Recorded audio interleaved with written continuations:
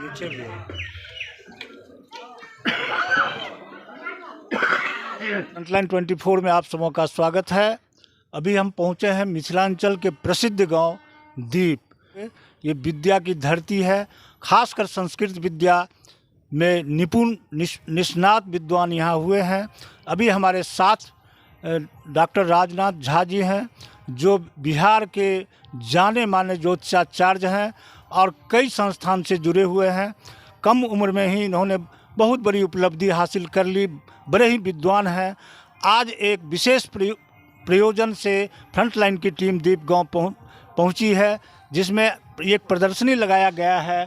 मिथिला अमृत महोत्सव मनाया जा रहा है, जिसमें 200 से अधिक वैरायटी के आम, पान, माछ और मखान, ये हम लोग सुनते थे, पढ़ते थे, पग पग पोखरी माछ मखान, मधुर बोल मुस्की मुखपान, वह आज सदृश यहाँ देखने को मिला। पिछले दिनों सरसों गांव में, सरसों पाही में एक इसी तरह का प्रदर्शनी, एक महोत्सव किया गया था, आम महोत्सव।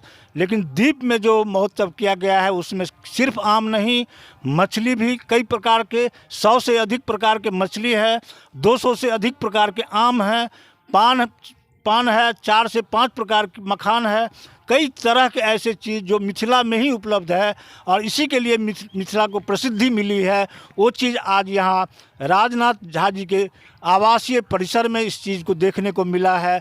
अगल बगल आसपास के लोग भारी संख्या में इस महोत्सव में शामिल हुए हैं।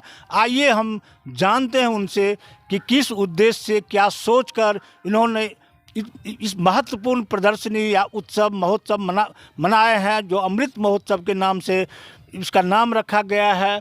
और यह डॉक्टर राजनाथ झा के आवासीय परिसर में है। सबसे पहले डॉक्टर साहब, फ्रंटलाइन 24 में आपका स्वागत है। बहुत बहुत धन्यवाद।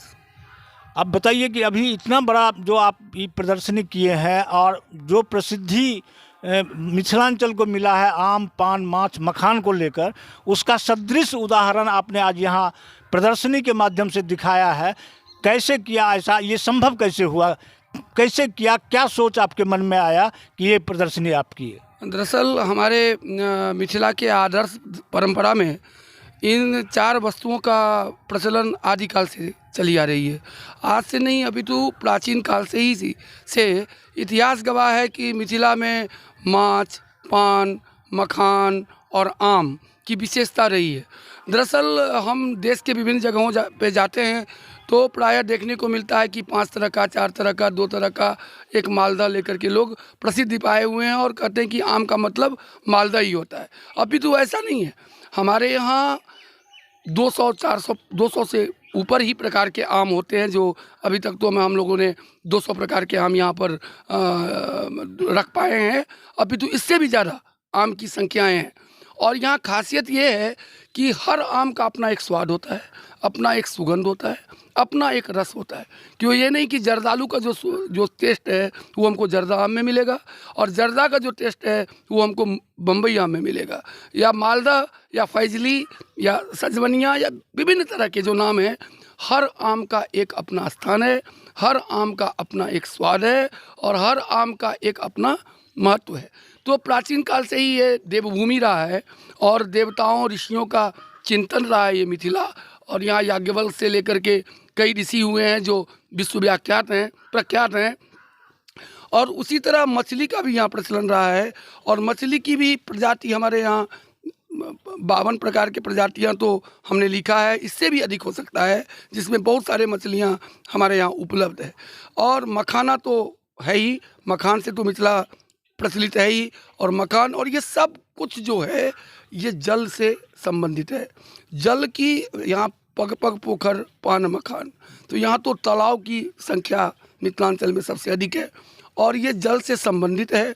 और इसका धार्मिक हर क्रिया में अभी हमारे आचार्य डॉक्टर द्वारिकानाथ झा जी बतला रहे थे अभी अपने अभिभाषण में, या हम जो सेमिनार किए उसमें, कि हर चीज़ में कर्मकांड के जितने अवयव हैं ना, हमारे यहाँ जितने कर्मकांड होते हैं, चाहे वो जो भी संस्कार होता है, उसमें मखान, पान, मछली और आम फल, ये चारों चीज़ का प्रयोग होता है। तो ये धर्म में भी इसका प्रयोग होता है।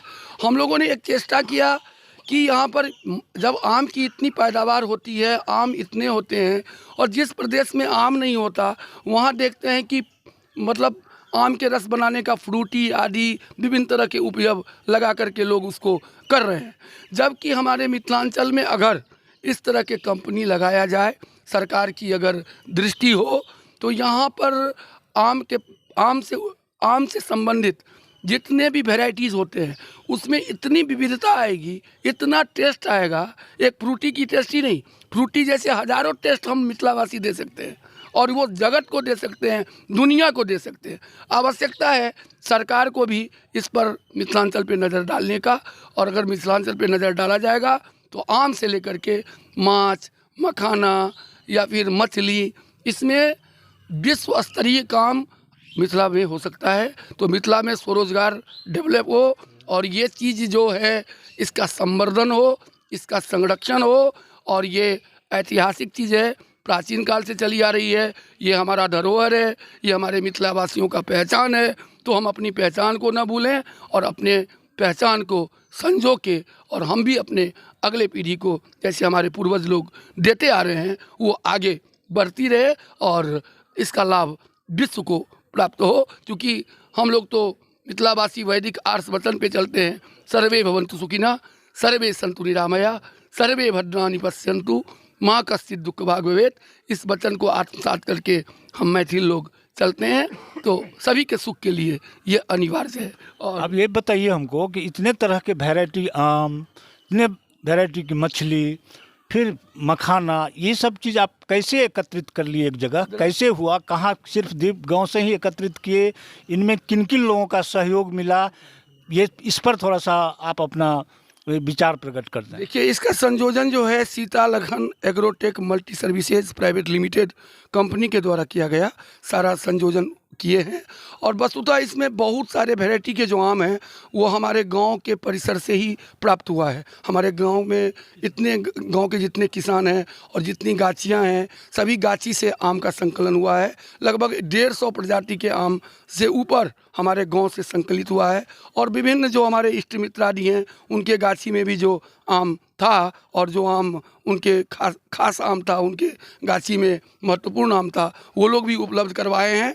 और हमारे गांव के जो उन्नत किसान हैं वो सब किसानों के सहयोग से सीता लखन एग्रोटेक कंपनी के द्वारा इस कार्यक्रम को किया गया, जिसमें और इस पे बहुत सारे धर्मशास्त्री बातें भी हुई। यहाँ पर एक से एक विद्वान मूर्ति हैं यहाँ, और इन लोगों ने अपनी अपनी विचार रखे। आप इन लोगों से भी थोड़ी जानकारी लें। एक दो बात और हमको है। सबसे पहले तो क्या यह मतलब कार्यक्रम जो है, जैसे महोत्सव मनाया गया है इस वर्ष, आज 12 तारीख है, 12 जून है, क्या अगले ये हमेशा हर वर्ष होगा या एक बार मना के इसको छोड़ देंगे? हम लोग का प्रयास रहेगा कि ये हर वर्ष हो, और हर वर्ष ये मिथिला में ही नहीं हो, अभी तो मिथिला से बाहर जाकर के हम देश प्रदेश और विदेश में भी इस कार्यक्रम को मनाएं। और अगर हम लोगों को सहयोग मिलेगा तो हम संपूर्ण भारतवासी क्या विश्व को दिखाना चाहते हैं कि मिथिला की क्या व्यवस्था रही है। मिथिला के आदर्श परंपरा में पान, माछ, मकान और विभिन्न तरह के जो वस्तुएं हैं, जो खाद्य पदार्थ हैं, खाद्य पदार्थ से लेकर संस्कृति और संस्कृत तक का अवगत कराने का हम लोग प्रयास करेंगे। धन्यवाद।